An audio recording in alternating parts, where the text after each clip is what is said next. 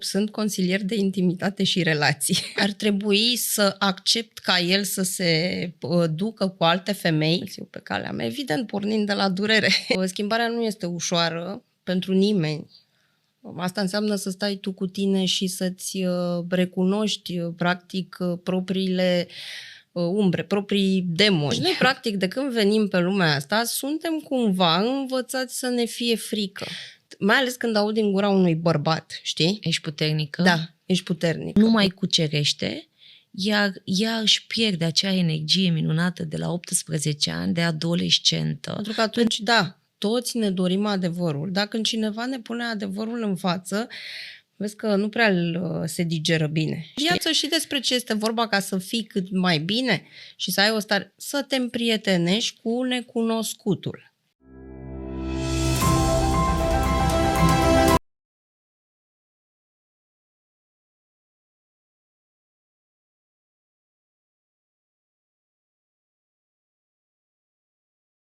Va ajuta pe noi, răsfățatele Universului, să înțelegem ce înseamnă partea de intimitate, energia vitală, cum transformăm această energie și cum ne înțelegem rolurile de la adolescentă, mamă, regină și alchimistă. Invitata mea de astăzi este Anca Fadila. Bine ai venit, Anca, și mulțumesc că mi-ai acceptat invitația. Cu mare drag mulțumesc și eu, Dorina. Avem un subiect tabu pentru unii dintre noi, dar consider că este foarte important să-l dezbatem, și anume despre intimitate. Foarte multe dintre doamnele de acasă, răsfățatele Universului, că ele sunt pionul principal în inițierea podcasturilor noastre, au curiozități despre partea intimă. De ce nu mai suntem atrase de partenerii noștri? De ce nu mai suntem cucerite? Ce înseamnă, de fapt, în esență, această energie pe care noi o simțim, dar nu știm să o transformăm sau nu știm să o alchimizăm. Deci astăzi aș vrea să discutăm din perspectiva alchimistei. Doamnele de acasă aș vrea să simtă că pot deveni alchimiste. Hai să definim puțin înainte de toate acest termen. Da. Hai să-i spunem mai degrabă o transformare. O transformare a tuturor sentimentelor negative pe care noi le trăim ca oameni, în general. Pentru că toți consider că trecem prin aceleași experiențe, dar le simțim în mod diferit, tocmai pentru că suntem diferiți. Și când vorbim de intimitate, asta este cel mai important lucru pe care trebuie să-l înțelegem. Suntem diferiți și simțim în mod diferit. Și atunci, când ne uităm la transformare, ne uităm la ce ne doare. Dar pentru asta trebuie să învățăm să stăm cu durerea, să o simțim. Și sentimentele negative, și vorbesc acum din proprie experiență, nu vorbesc din cărți, sunt un adevărat combustibil pentru a ajunge la acea putere de care noi toți avem nevoie pentru a învăța să navigăm prin viață. Atunci când vorbești de un om puternic, ce este un om puternic? Este un om care își dezvoltă această capacitate de a gestiona viața, de a gestiona provocările vieții, de a învăța hai să spunem, să navighezi lin prin ape învolburate. Cum ai ajuns tu pe calea ta? Cum am ajuns eu pe calea mea? Evident, pornind de la durere. De ce trebuie neapărat să suferim ca să conștientizăm că trebuie să schimbăm ceva, să ieșim din zona de confort, să începem să ne căutăm pe noi, în noi, că de fapt noi, toate, ne întoarcem la noi, dar când ne întrebăm cum, nu avem un răspuns clar. De unde ar trebui să începem? De unde ar trebui să începem? Ar trebui să începem... Știi, la un moment dat se umple paharul. Și ai două variante. Să rămâi în acea stare de alertă, de supraviețuire, sau să schimbi ceva. Schimbarea nu este ușoară pentru nimeni. Asta înseamnă să stai tu cu tine și să-ți recunoști, practic, propriile umbre, proprii demoni, propriile sentimente. Să stai în singurătate sau să ieși din zona de confort? Pentru că sunt persoane care se vindecă în relații și sunt persoane care nu se pot vindeca în relații, adică până când nu intervine ruptura, să-ți iei o decizie, să schimbi mediul toxic în care stai sau să te întâlnești tot timpul cu aceleași persoane care ți apasă butoane. Cum facem să descoperim? Eu cred foarte mult în vindecarea asta în cuplu, într-o relație.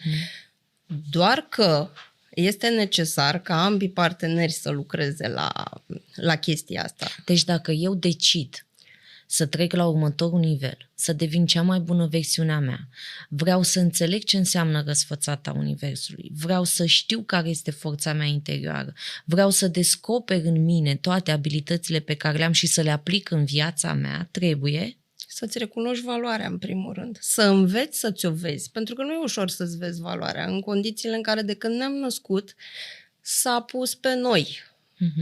S-au pus. Nu ești suficient de bună, nu te îmbraci adecvat, ar trebui să-ți fie rușine. Nu te comporți cum trebuie, vorbești prea mult. Deci noi, practic, de când venim pe lumea asta, suntem cumva învățați să ne fie frică.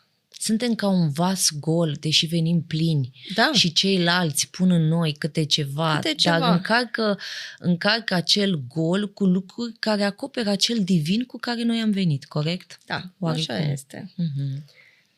Chiar spun, gândește-te la o sculptură. La un moment dat devenim o sculptură a timpului și a oamenilor din jurul nostru. Ca să ajungem la sinele nostru real și la intimitatea reală, noi trebuie să începem să cioplim, să dăm fiecare bucățică din ceea ce s-a pus pe noi. Și ca orice, acum dacă ar fi să o luăm din punct de vedere chirurgical, medical, dacă vrei, da, este ca și cum ai tăia câte o bucățică din tine. E dureros. În primul rând e dureros să conștientizezi, să accepti să te întâlnești cu tine. Da. Că niciuneia dintre noi trecem prin atâtea transformări ca femei, niciuneia dintre noi nu ne convine terapia în oglindă când ne uităm la noi și ne vedem că nu mai suntem la fel de frumoase, că avem câteva kilograme în plus, că nu avem timp să facem sport, că ești invitatea mea pentru că vreau să parcurgem aceste etape. Sportul, disciplina, partea emoțională, inteligența emoțională, forța noastră interioară, dar nu din poziția de a domina. Pentru că e important să fii regină, să știi că ești regină, că poți fi răsfățata universului, dar nu din poziția de a domina, ci din poziția din smerenie. Din smerenie, exact. Smerenia, din păcate, nu este atât de mult luată în considerare și nu se înțelege în adevăratul ei sens din punctul meu de vedere. Hai să ne întoarcem, uite, din experiența proprie.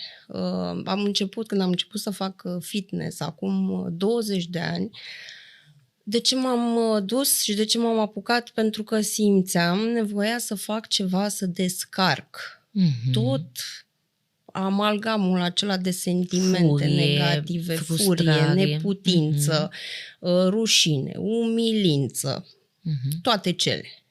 Deci simțeai că ești femeie, dar simțeai că acea parte din tine, adică alchimista, nu era activată. Nu era activată, dar nu era activată, nici măcar nu știam de existența ei, nici măcar nu știam că lucrurile pot fi posibile, că pot transforma acel ceva. Făcând fitness și începând să mă duc regulat, că aici iar este vorba despre disciplină, am observat că pot mai mult decât credeam că pot. Am observat niște rezultate. Am observat că pot avea o disciplină dacă vreau. Am observat, mi-am văzut forța, mi-am văzut puterea și am extins-o în viața de zi cu zi. Forța te-a conștientizat de cine ești. Exact, și de tot dar ceea este ce un poți. proces care durează ani de zile. Lucrurile nu se schimbă peste noapte. Partea de început este de bază. Acea parte în care faci ceva, acționezi. Iar lucrurile, în timp, încep Ca să un se mic întâmple. bulgăre care se rostocolește, dar ia-ți o decizie. Da, Și ia acțiunea. decizia. Mhm. Și ce mai înseamnă asta? Înseamnă îmi acord. Învăț să-mi acord mie timp. Învăț să mă prioritizez. Învăț să-i las și pe ceilalți, astfel încât să-mi acord mie timp. Pentru că aici noi, ca femei, ne pierdem la un moment dat. Ne pierdem. În rolul de mamă, în rolul de războinică, care ne este foarte folositor. Ești puternică, poți orice. Da.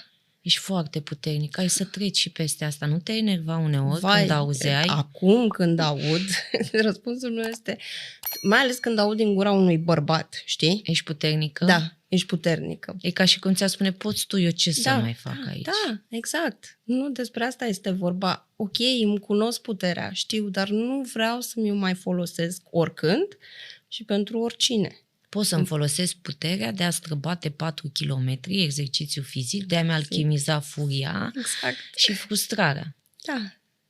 Foarte interesant. Bun, cum încep?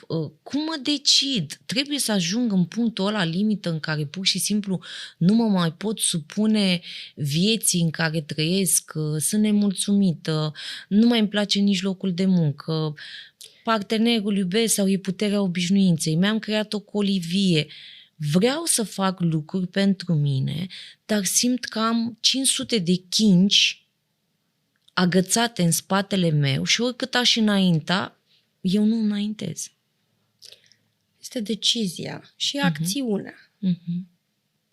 Oricât de mic ar fi pasul ăla. Indicat este ca pasul să fie mic, pentru că în momentul în care facem un pas foarte mare, ne va copleși.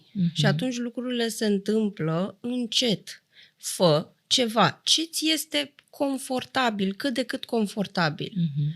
Mai faci un pas și mâine. Despre asta până la urmă vorbim și atunci când vorbim de intimitate. Nu te trezești peste noapte liberă în exprimare și îți creezi de fapt o mască. Exact. Dacă tu nu ai avut un vocabular colorat toată viața, nu poți să începi să-i vorbești partenerului tău într-un fel. Și atunci dacă ai avut o ținută în fața partenerului tău, nu poți să apari a doua zi exagerat de sexy pentru partener, pentru că o să zic că ai pățit ceva. Unde e Ioana mea? Cine a venit și ce a făcut cu Ioana? El. Important e cum o să te simți tu, că exact. nu o să te simți confortabil. Și atunci începi cu ceea ce ți este cât de cât confortabil. O să ieși un pic din zona de confort. Asta este clar. Dar obișnuiește-te tu cu tine, că așa înveți să te iubești. Deci trebuie să mă descoper pe mine, ca eu să mă prezint partenerului meu, ca a fi o altă versiune a mea. Vorbim aici despre doamnele care nu se mai simt cucerite. Nu se mai simt cucerite pentru că ele aud des. Nu mai ești frumoasă. Sau, ok, poate nu le spun direct că nu mai sunt frumoase, dar ei, bărbații, se dau 2, 3, 5 pași mai în spate. Și ele ajung să nu mai sunt împlinite, nu mai sunt cucerite. Că de fapt asta se întâmplă într-o relație după ani de zile. El nu mai cucerește, iar ea își pierde acea energie minunată de la 18 ani, de adolescentă, pentru că a devenit mamă, pentru că a devenit puternică și pentru că nu știe să spună nu. Exact. Cum facem noi să activăm această energie și cum ne regăsim și cum ne redescoperim să devenim cea mai bună versiune a noastră? Cea mai bună versiune a noastră iarăși devenim de la o zi la alta prin diverse acțiuni. În primul rând este acest timp pe care te decizi de mâine să ți-l acorzi ție. Nu mi-acord, dacă eu sunt obișnuită ca de dimineață de la ora 6 până la 12 noaptea să fac tot timpul ceva, să fac curățenie în casă ca să fie totul lună, să pregătesc copiilor mâncarea, până la 18 ani. Hai să fim serioși, copiii după o anumită vârstă se descurcă. Dar trebuie să-i lași să se descurce. Să descopere și ei faptul că pot face ceva. Și aici intervine alt lucru. Da, cumva ne agățăm.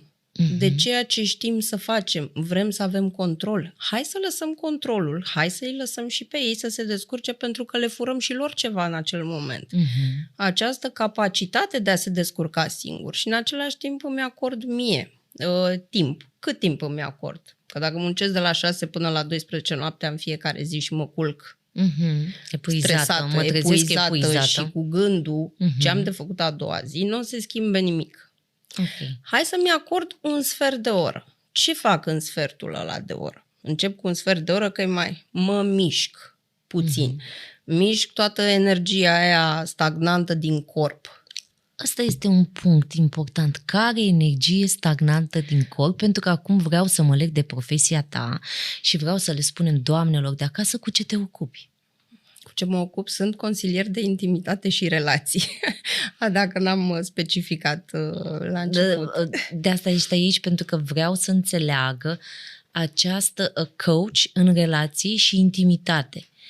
Bănuiesc că ele își vor imagina că întindem o saltea și începem să experimentăm ceva pe partea asta. Hai să intrăm puțin în profunzime. În profunzime este vorba exact despre ceea ce ți-am spus mai devreme, despre a da jos rușinea, despre a da jos teama de judecată, despre a da jos ceea ce credem că este rău despre noi înșine. Pentru că toate sentimentele negative și furia și tristețea și violența, dacă vrei, ele sunt constructive și ne folosim de ele, dar ne folosim de ele în anumite momente. Mie îmi place să spun, astfel încât lumea să înțeleagă, este ca și când aș avea o curte, da? Și 10 câini, 10 dulăi, care sunt nedresați, da? Ce or să facă? În momentul în care cineva se apropie de poartă, o să facă ca toți dracii, da? Dacă cineva încearcă să deschidă poarta, ei o să sară, să muște, să... Reacționează. Și atunci datoria mea ca stăpân este să îi dresez. Și când este cazul să fie violent, atunci îl scot la suprafață. Dar când este cazul, și aici intervine cortexul prefrontal în luarea deciziilor. Un întreg sistem care se activează și funcționează în parametri. Dar vreau ca această energie vitală, sexuală, să o înțelegem prin ochii doamnelor care ne privesc, pentru că se vorbește foarte mult despre asta. Transform energia sexuală în forță. Ai puterea de a-ți manipula partenerul, dar nu din poziția aia de a domina. Nu, dar nu e vorba de manipulare, pentru că astea sunt tehnicile care se folosesc din păcate. Se propagă și se folosesc, Hai să ne folosim. Cum să-l fac să se întoarcă la mine? Cum să-l fac să-mi ofere? E benefic să se întoarcă la mine deodată ce am decis că vreau să plece? Păi am decis să vreau să plece, dar în același timp că poate că vreau să se întoarcă. Știi, aici e nevoie și de multă claritate. Să spui întrebările corecte. Claritatea vine, știi cum, când ești în starea de relaxare. Din păcate, lumea înțelege intimitatea dintr-o altă zonă. Atunci când vorbim de viața sexuală, într-un cuplu, vorbim de două sisteme nervoase care fac sex și care sunt în relație. Evident că dacă eu nu am o stare de relaxare, în primul rând, și sunt în stare de alertă, de stres, de anxietate, corpul meu nu o să fie apt de un act intim. Dar ce e aia? Cum denumim? Acel act care se întâmplă, dar eu sunt frustrată, tu ești supărat, nu mai simt să mă este cucer. Obligație. Deci facem niște treburi din obligație. Wow. Când cel mai simplu ar fi să învățăm să ne bucurăm. Dar ca să învățăm să ne bucurăm și de partener și de relație, trebuie să învățăm să obținem acea stare de relaxare, că de aici pornește totul. Un sistem nervos relaxat, chiar dacă este haos, chiar dacă ești obosită, chiar dacă ai un job care te răpune. În momentul în care vii acasă, îți găsești acele tehnici de relaxare care funcționează pentru tine. Fie că este vorba de sport, fie că este vorba de meditație, fie că este vorba de a te uita la un film la Netflix, dar atenție, mă uit la un film pe Netflix, că nu mă pierd în filme, mă uit și văd ce impact are asupra mea și asupra corpului meu. Mă relaxează sau îmi creează o stare de agitație? Cum îmi implic eu partenerul când eu îmi doresc aceste lucruri și lucrez cu mine și el e prin lalele? Nu mă aude, nu mă vede, nu mă percepe și nu lucrează în același timp cu mine. Eu vreau să devin cea mai bună versiune a mea. Vreau să alchimizez toate aceste frustrări și energia vitală și sexuală, să transform în scopul meu benefic pentru mine și pentru tot ceea ce mă înconjoară. Să ajung pe calea mea, în misiunea mea. Ce fac eu cu faptul că nu pot să discut cu partenerul meu și nu mă înțeleg cu el? Sau cum facem cu relațiile în care lăsăm rușinea la o parte și stăm de vorbă? Noi de ce nu mai facem ce făceam acum câțiva ani și era atât de frumos? De ce nu mai există această parte minunată de energie vitală? De ce nu mai există? În primul rând nu mai există, pentru că nu mai există același nivel de dopamină care era la început. Știi că vorbeam înainte de emisiune. Cum îmi obțin eu, în mod individual, dopamina și eu și partenerul, că aici este vorba de amândoi trebuie să facă ceva. Deci relațiile în care unul face și celălalt nu face, este clar că nu au cum să meargă același rezultat, doar că peste mai mulți ani. Exact. Avem același rezultat, nu acum, pentru că insistăm și sperăm, dar peste câțiva ani vom avea fix același rezultat, doar că am pierdut niște ani.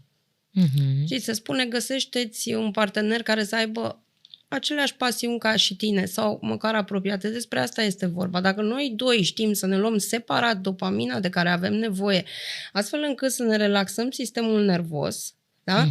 Și facem asta și în cuplu. Ok, tu cum ți-o iei? Nu știu, unul se duce să alerge, altul se duce la fitness, altul se duce și se urcă pe munți, se conectează cu natura, altul face respirație, altul face meditație. Fiecare trebuie să-și găsească varianta benefică. Și ne mai găsim și varianta împreună.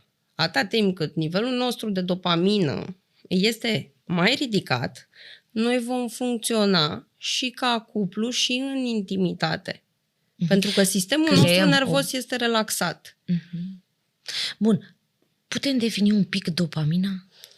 Hai să îi spunem, din punct de vedere... Nu din punct de vedere neurobiologic, este acea stare de bine la care ajungem. Dar ce vreau să specific aici, dopamina nu este outcome-ul. Dopamina este procesul.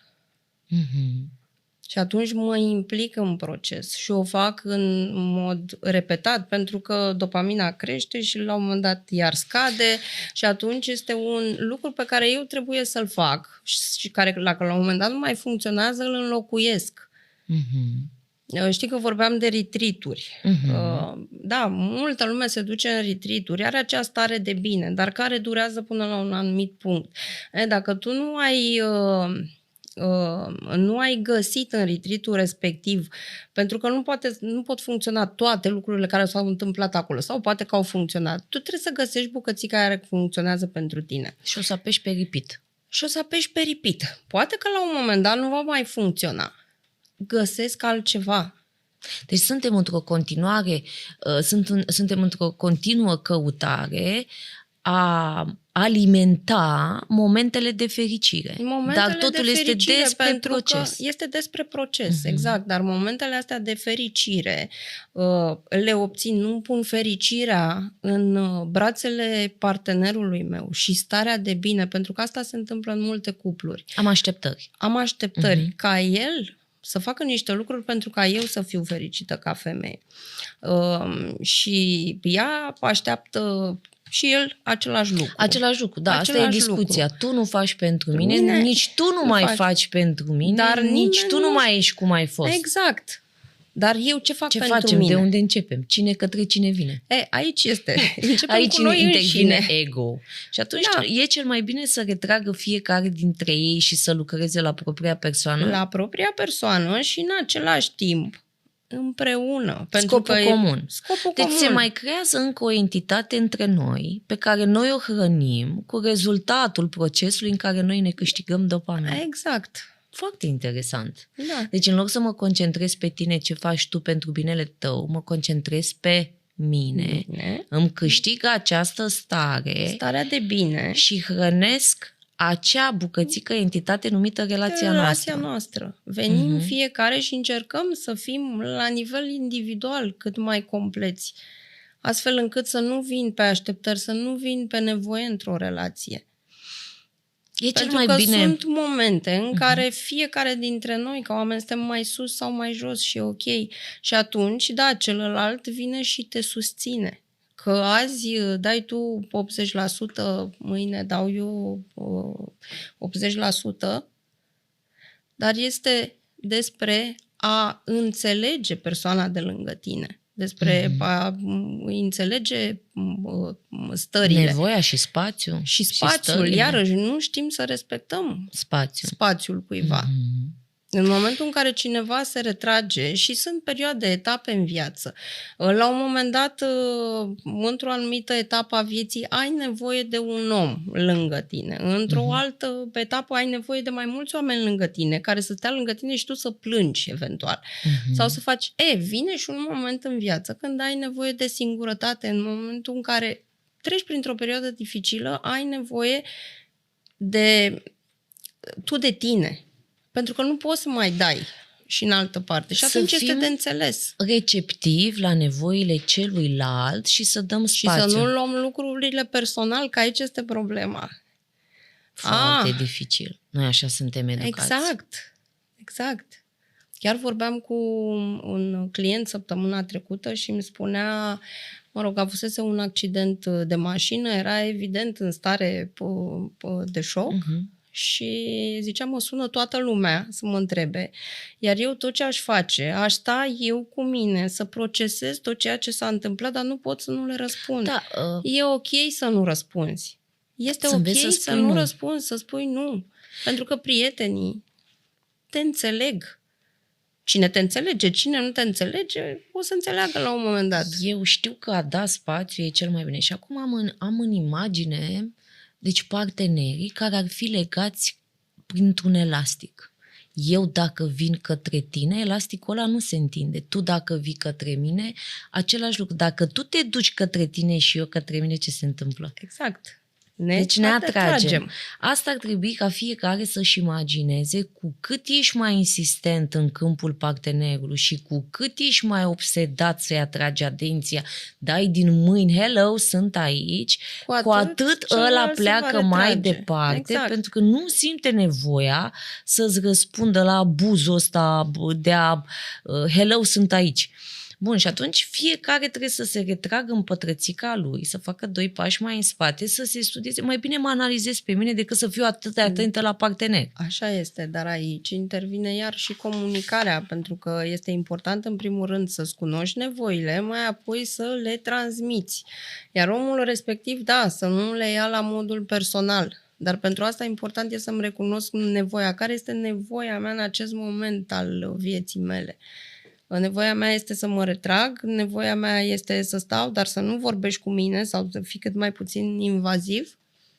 Nevoia mea este să plâng pe umărul tău, nevoia mea este să-mi petrec timp cu o prietenă pe umărul căreia să plâng sau doar ascultă-mă și atât. Cum îți comunic eu asta dacă tu nu ești pregătit să mă asculți? Și cum... Uite o greșeală pe care o facem. Și am făcut-o și noi, sunt sigură.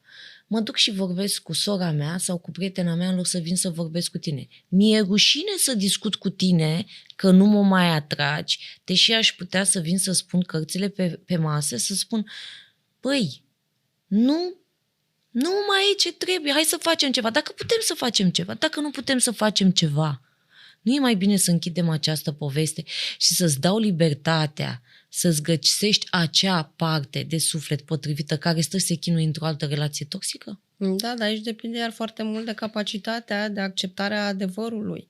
Pentru că atunci, da, toți ne dorim adevărul. Dacă când cineva ne pune adevărul în față, vezi că nu prea se digeră bine, știi? Și ne cam stă în gât. Și atunci, da, în momentul în care eu văd că informația care mi-a venit din partea cealaltă pentru mine, pe mine mă cam lasă fără aer, în loc încep să mă agit, hai să văd ce spune asta despre mine.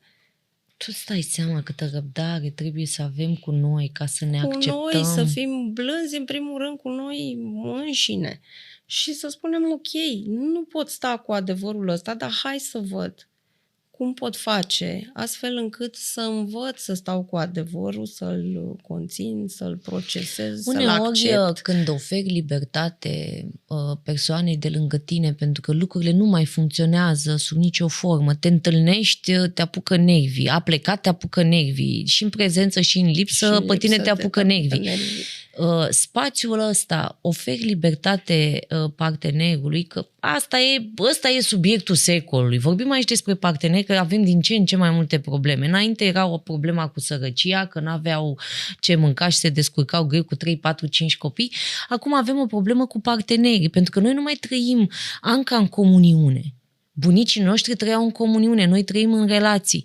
Și noi putem avea relații și cu vecina. Sunt într-o relație de prietenie cu vecina. Noi nu ne raportăm la partenerul nostru ca și comuniune, noi ne raportăm ca și relație. Relațiile nu duc mult. Comuniunea, eu știu că e pentru o perioadă îndelungată. Da. Și atunci, în comuniune sunt nevoită să stau de vorbă cu tine, că sunt comun cu tine, pe când în relație îți convine bine, nu-ți convine iarăși bine. Iarăși bine. Da, foarte, foarte interesant absolut tot ce spui și totuși doamnele nu înțeleg partea asta cu transformarea energiei vitale sexuale în energie proprie benefică pentru noi. Cum fac eu asta când eu n-am mai făcut nimic de foarte mult timp pentru că partenerul meu nu mai a atras de mine? Dar ce crezi? Nicio de el. Ok, hai să învăț să fiu eu atrasă de mine, pentru că și întotdeauna am zis, învățați să vă îndrăgostiți de voi înși vă. Asta înseamnă, iarăși, petrești timp cu tine și construiești relația cu tine. Și dacă devin prea îndrăgostită de mine și nu mai îmi pasă de aici nimeni? Intervine smerenia. Deci trebuie să mă îndrăgostesc de mine până când? Până devin prea îndrăgostită. Înțeles? Și cum îmi dau seama că începe să-mi placă? Începe să-ți placă de tine. Începe să-ți placă de tine. Ce se întâmplă când îți place de tine? Începi să mă te singură, simți... mă apreciez. Dar e ok să pentru că sunt momente în viață când ai nevoie de cineva sau simți nevoia de a avea pe cineva lângă tine care să te țină în brațe. Și aici, uite, ne întoarcem și la copilul nostru interior, da? Hai să învățăm, să ne mai și mângâiem, hai să învățăm să ne mai ținem în brațe. Știi, mi-a spus odată un fost iubit într-un moment din ăsta mai delicat în care avusesem un mic conflict. Și am zis, hai să mergem la culcare și m-am așezat în pat, pe parte, cum îmi place mie să dorm, și stăteam efectiv așa și mi-a zis, tu te ții în brațe singură. Nu ai nevoie de mine. În momentul respectiv n-am băgat de seamă, dar a doua zi m-am gândit, vezi, uneori percepem sau lucrurile sunt percepute în mod greșit. Da, e ok să-mi ofer și eu mie o îmbrățișare într-un moment în care nu mă simt ok. Sau simt nevoia să mă protejez. Sau am nevoie de spațiul meu. Mă retrag pe partea mea de pat, exact. Mă iau în brațe, pentru că e momentul meu cu mine. Hai să depășim bucățica asta. Hai să ne revenim un pic și după ne întâlnim. Sunt atât de multe teorii. Ce ne facem, Anca? Practica. Practica începe făcând. Trăim aici pe pământ în primul și în primul rând. Acum că vorbim de energia vitală și de energia sexuală. Ce am nevoie? Am nevoie ca eu să mă simt în siguranță, cu picioarele pe pământ. Pământul mi oferă susținere și îmi va oferi întotdeauna susținere. Dar eu trebuie să-mi găsesc echilibrul astfel încât să stau în picioare, da? Și să nu cad la primul băț care mi apare în față, știi? Să nu mă împiedic la fiecare pas. Astea sunt provocări care vin la pachet. Că viața este o provocare. Eu întotdeauna am zis așa că ăla mai slab e testat. Ăla mai slab pică. Asta e vorba mea. Mai pică, dar și cel mai slab, da? Are posibilitatea de a se ridica, pentru că noi venim în viața asta, fiecare cu un fond senzitiv. Eu am fost înzestrată cu putere, mie mi-e ușor să fac niște lucruri. Altcuiva are alte daruri, dar îi va fi mai greu să facă partea asta. Dar asta nu înseamnă că nu își poate mări această capacitate de a se ridica. Și numai punându-te față în față cu lucrurile care te sperie, de exemplu. Da? De multe ori ne lovim de aceste frici care sunt ireale. Și iarăși venim cu ele când ne întoarcem la copilărie, da? Deci ele nu sunt reale. Și atunci ce fac? Că asta înseamnă până la urmă acțiune. Știu că mi este rușine să vorbesc în fața oamenilor. Mă duc și vorbesc. E ok să-mi fie rușine, este ok să spun prostii, toți greșim. E normal să am emoție. Este normal să am emoții. De aici înțeleg emoția. Poate n-am mai simțit în ultimii 5 ani, eu n-am mai simțit emoție și atunci am nevoie să mă pun în fața camerei. Eu am emoție de fiecare dată, la fiecare invitat. Eu am emoții, deși caut să mă controlez și știu că sunt destul de stăpână pe mine, pentru că știu ce vreau să zic, n-ai cum să mă încurci, știu ce vreau să transmit. Am emoție. Și mi s-a spus că e normal să ai emoție, pentru că în momentul ăla simți că ești aici. Și așa transmiți. Și așa transmiți. Da. Și atunci mă pun în situația respectivă. Îmi este frică, nu știu, de întuneric. Hai să învăț, să-mi petrec în timpul zilei 10 minute pe întuneric. Îmi este frică de... Tot am nevoie de îndrumare. Am nevoie Ideile de astea nu-ți vin singură. Știi foarte bine că și noi am avut... Da, și avem nevoie întotdeauna de îndrumare. Dar ok, găsești oameni care să te îndrume și totuși nu faci pașii. Sau faci o perioadă scurtă. Sau faci o perioadă scurtă. Nu, e vorba despre o disciplină. Pentru că, da, încep cu o provocare mică. Dar această provocare, că viața nu știe ce ți oferă. Viața vine cu diverse provocări. Surprize. Și hai să învăț că în viață și despre ce este vorba ca să fii cât mai bine și să ai o stare, să te împrietenești cu necunoscutul. Necunoscutul din mine? Nu, necunoscutul pe care ți-l oferă viața, da? Pentru că nu avem certitudine. Asta ne blochează și în relații, să știi. Nu am certitudinea că tu vei rămâne lângă mine. Nu există. Nu aparținem nimănui. Și aici intervine frica aceea de a pierde persoana respectivă. Partenerii nu sunt ai noștri. Nu, exact. Vin și pleacă. Și noi ce facem? Încercăm să controlăm. Ne controlăm copiii. Vrem să fie într-un anumit fel. În loc să învățăm să-i vedem la nivel de suflet. Nu sunt aici ca să fie controlați de noi, sunt aici ca să-și trăiască propria... Să-i ghidăm. Exact. Noi suntem portalul prin care ei vin, se materializează în planul ăsta. De unde îi ghidăm? Îi ghidăm din educația și perspectiva credințe limitative. Da. Hai să învățăm să-i ascultăm. Și la fel... Ce crezi? O să-ți iei lecții de la ei dacă îi asculți. Doamne, câte lecții am avut de învățat din partea copiilor mei, dar le mulțumesc zi de zi, să știi, pentru lucrurile astea. Sunt maestri. Noi suntem la clasa 1. Exact. Eu cu fiul de 4 ani, de multe ori stau în bancă. Da. Și cer și voie să ridic mâna. Exact. Și este ok. Da, cer voie să ridic mâna. Oricum, generația asta este... mult peste ce am fost noi. Este și e normal să fie, cu toate că au tendința asta de a se pierde în zona virtuală, păcate. Li s-a pierdut... Nu, cred că lucrurile sunt de așa natură și merge în direcția asta ca ei să se piardă tocmai dată faptului că au atâta potențial. Noi eram înapoiați. Acum, de vreo 15 ani, am prins aripi. Învățat? Că până la urmă, uite, vezi că fiecare generație vine cu avantaje și dezavantaje. Mm-hmm. Da? Noi am învățat să ne jucăm. Noi am învățat să inventăm, să ne creăm propriile jucării. Exact, aveam imaginație. Lasă acum un grup de copii într-o cameră, fără telefoane. Și o să vezi că nu vor să știe ce să facă. Exact. Noi știam să ne câștigăm locul în comunitatea noastră când eram copii. Ne băteam, ne împăcam, nu puteam dușmăni. Acum există bullying. Exact. Și da, ce făceam noi? În primul rând, noi ne jucam foarte mult, da? Alergam, Ne loveam, n-aveam atâtea protecții, da. cască, Și genunchiere, cotiere. ne încărcam, ne descărcam și ne și încărcam. Și nu mai erau depresii, nu mai erau toți cum sunt în ziua de astăzi, da? Tot felul de depresii. Da.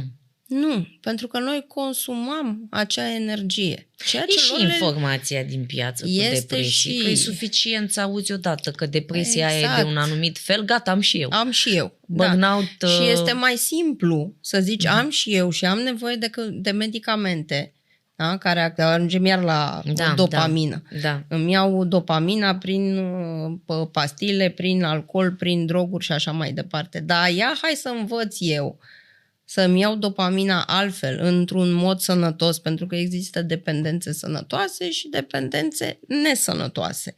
Da? Să mi le spui și mie pe alea sănătoase. Am nevoie de toate sfaturile tale, pentru că ești un om minunat și se simte puterea ta și faptul că ai transformat, ți-ai descoperit abilitățile din urma eșecului, că am eșuat. Noi mai eșuăm așa. Eșuăm și e foarte ok să eșuăm, că de acolo învățăm. Să învățăm să ne ridicăm, învățăm de ce să ne ajutăm ca să ne ridicăm, pentru că asta este foarte important. Hai să văd ce funcționează pentru mine. Știi că, uite, în momentul de față sunt foarte multe terapii. Peste tot terapie peste terapie. Ai tendința de a încerca atât de multe terapii și totuși nu ai un rezultat sau ai un rezultat pe un termen foarte scurt și nu mai știi. Nu mai știi, într-adevăr, dar nici nu te ții suficient. Încearcă să simți, lasă-te în corp. Eu asta spun că și în pași, intimitate... niște transformări. Da. E un parcurs. Este un parcurs și lucrurile nu se întâmplă. Trăim într-o perioadă în care toată lumea vrea un rezultat rapid. Repede. Cum o fac eu bine? Da. Cum devin eu cea mai frumoasă femeie fără să fac nimic? Cum scap de kilograme fără să aleg? Să știi că eu primesc des întrebări, dau o pastilă prin care să o bag la microunde și să ies. Și să... Da. Nu, aia nu ți oferă. Știi că în momentul ăsta în care obții foarte repede ceea ce îți dorești, nu este de fapt benefic. Este ca și acea terapie de retail, dacă vrei, cum să-mi cumpăr haine, îmi cumpăr mașină nouă ca să mă simt bine, vezi că poți să te simți bine pe moment și încă o săptămână. Repercusiuni. Dar pe termen lung îmi creez din interiorul meu, nu din exterior. Deci cum fac eu să-mi încarc bateriile pe dopamină? Dopamină e egal momente de fericire, pentru că dacă am trăit într-o fericire perpetuă, am luat orgasm. Nu, n-ai cum să fii fericit tot timpul. Nu, stresori vor exista în fiecare zi în viața noastră, asta este clar. Hai să le spunem provocări. Examene, da. Da. Hai să văd ce funcționează pentru mine. Că aici, iarăși vorbi, e normal să nu te simți bine, poți să stai 2 zile să jelești, să plângi, dar hai să îmi găsesc uneltele necesare prin care eu reușesc să mă ridic, să fac câțiva pași, astfel încât mâine să mă trezesc și mai bine. Care sunt? Hai să le identific. Deci intru într-un proces de căutare a ceea ce este benefic pentru mine și trebuie să mențin această linie la infinit. Da. Până la 90 de ani, când plec în croazieră și mă bucur de fiecare stație a vaporului. Exact, dar în timp ce se întâmplă, se mărește această capacitate de a naviga printre provocări. Deci ceea ce pe mine m-a provocat foarte rău acum 2 ani de zile, da?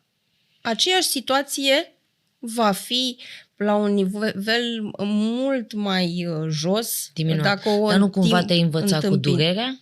Nu. Aici e o păcăleală. Știi cum e?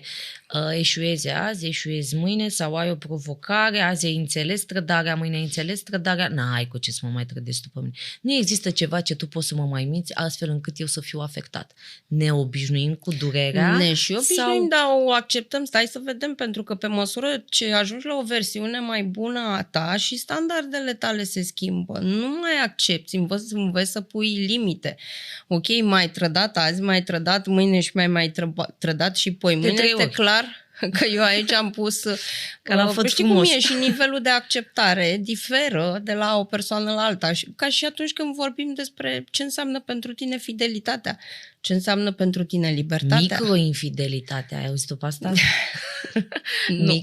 N-ai auzit microinfidelitatea? Microinfidelitatea este infidelitatea prin mesaje, prin stocăreală în online, totul se reduce. prin mesaje transmise. N-ai apucat să faci nimic. N-are Dar importanță că e micro, că e infidelitate, simplu. infidelitate. Te-ai uitat, Ce ai este? greșit, ai scris, pa. Nu, depinde. Dacă pentru mine faptul că tu comunici cu o persoană de sex opus, da, poate pentru mine aia nu înseamnă infidelitate. Poate pentru mine contează că tu ești alături de mine în fiecare zi, că mă susții, poate pentru mine nu contează. Deci trebuie să mă descoper pe mine Exact. cât de mult pot să accept din tine, dar eu să nu mă clatin.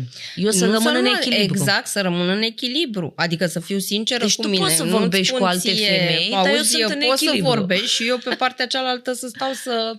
O să ne aplaude câțiva acum. Să plâng și să... Nu, hai să-mi recunosc. Uite, chiar am primit o întrebare zilele trecute de la o doamnă. Ar trebui să accept ca el să se ducă cu alte femei? Unde? Unde să se ducă? La stomatolog? Eu sunt de acord să ducă. Dar unde se duce? Dar unde se duce? Hai spune și la pescuit cu alte femei. Să aibă relații intime cu alte femei. Iarăși, hai asta să văd, pentru că... pe partenerii cu interese, cum le zicem, mă, că eu nu știu, parteneri cu beneficii. Asta, da, partenerii ăștia cu beneficii. Prieteni cu beneficii. Păi cum adică să accepte o partenerul meu să ducă cu alte femei? Tu nu ai acceptat, Never. însă sunt persoane, da, care acceptă. Dacă pentru mine fidelitatea înseamnă ești alături de mine, avem o relație bună, facem și sex bun. Asta e maturitatea relației, am auzit-o eu la fostul. Am ajuns la un nivel foarte matur al relației noastre. Știi? Și asta e o explicație foarte... Da, este o explicație. Suntem se la un găsesc alt tot nivel, timpul. iubita mea. Avem o relație foarte matură. Ce-i greșit în asta? Sunt atâtea femei frumoase, de ce nu? Da, și sunt oameni care funcționează așa, dar relațiile respective se bazează, în primul rând, pe o comunicare sinceră. Flexibilitate. Și flexibilitate, dar depinde iarăși în ce punct al vieții ești, că dacă ești la 60 de ani și se poate duce că nu soțul mai... cu 2 de 30, te bucuri. Te bucuri că îi dă zvâc. Deci ideea e până la urmă, când tragi linie, să fii sincer cu tine însuți. Și cu sinceritatea asta și cu rușinea și cu flexibilitatea. Deci noi de fapt putem orice. Iar ajungem la putem orice. Este clar că putem orice. Dar nu-mi clătina mie dopamină. Exact. Deci, lasă-mă în dopamina mea, nu intra cu bocanci în dopamina mea, vezi de-a ta și vezi cum facem să ne unim dopaminele. Exact, despre asta foarte este vorba. Uite cât de simplu e. Mai este simplu pentru că dintr-o stare de relaxare, deci da, ești pe dopamină, pentru că iarăși uite conflictele când se întâmplă într-un cuplu, da? Când îmi aleg să vorbesc, pe dacă eu mi aleg să am discuția cu partenerul meu în momentul în care sistemul meu nervos este dereglat total. Adică mi-am activat furia. Exact. Așa. Evident că aceea nu va fi o comunicare sănătoasă. Ce ia gura înaintea gândului. Da. Și hai să mă verific puțin cum mă simt eu în corpul meu în momentul ăsta. Păi dacă simt neliniște, zic că, dragul meu, uite, în momentul ăsta sunt într-o stare de alertă.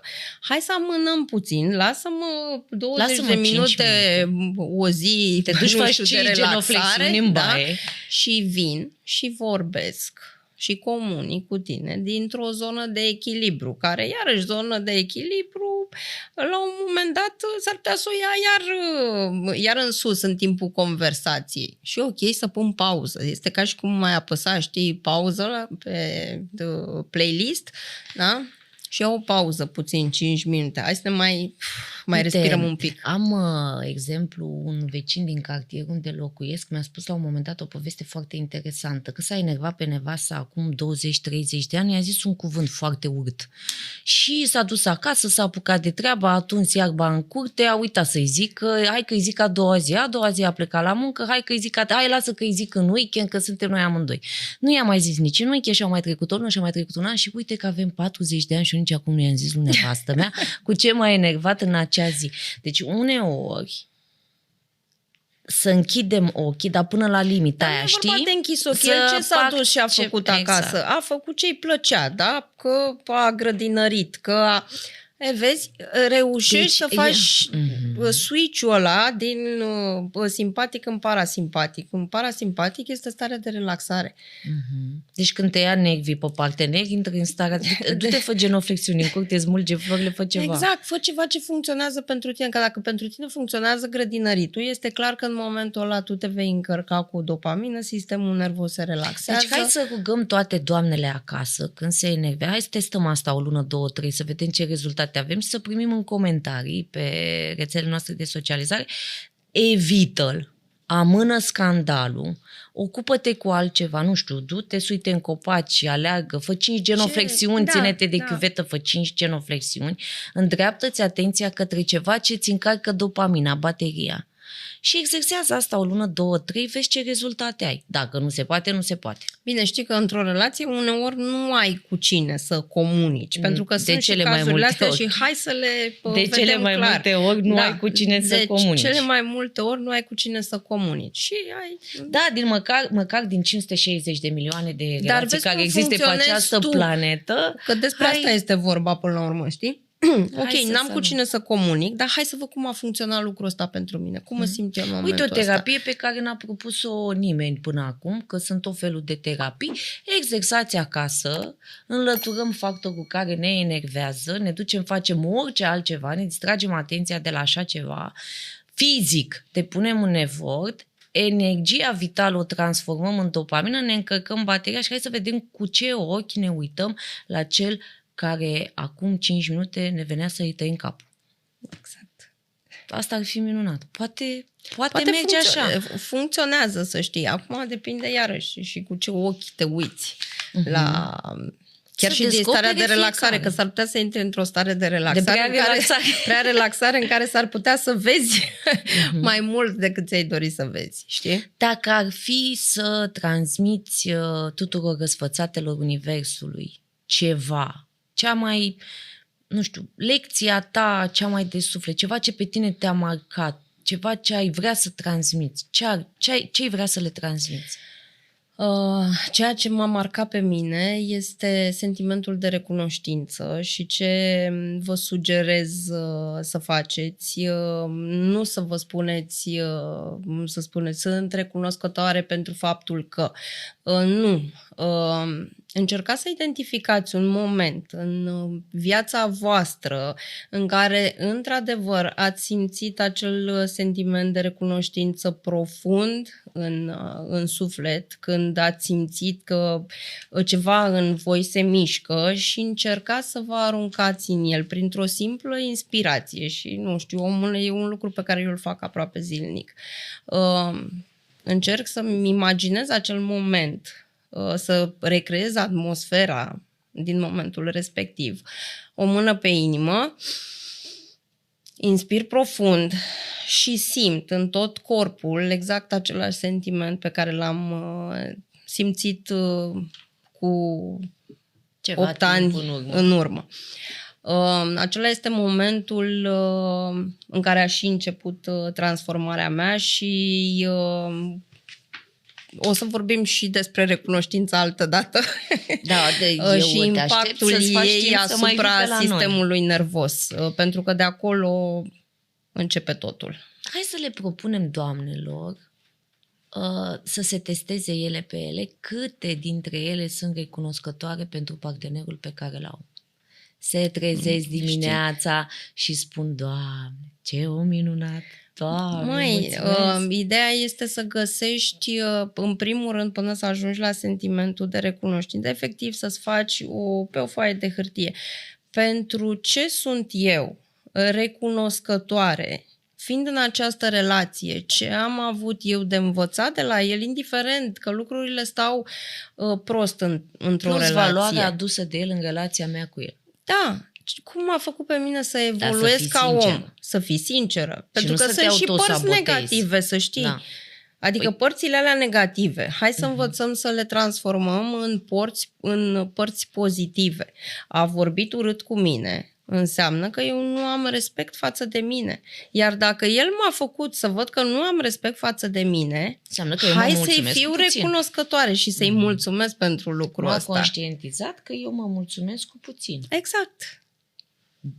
Așa transformăm, așa alchimizăm. Puneți atât de multe întrebări cât îți este necesar ca tu să afli de fapt ce l-a făcut pe el să activeze în tine starea aia de frustrare, disconfort și alte chestii care ne deranjează.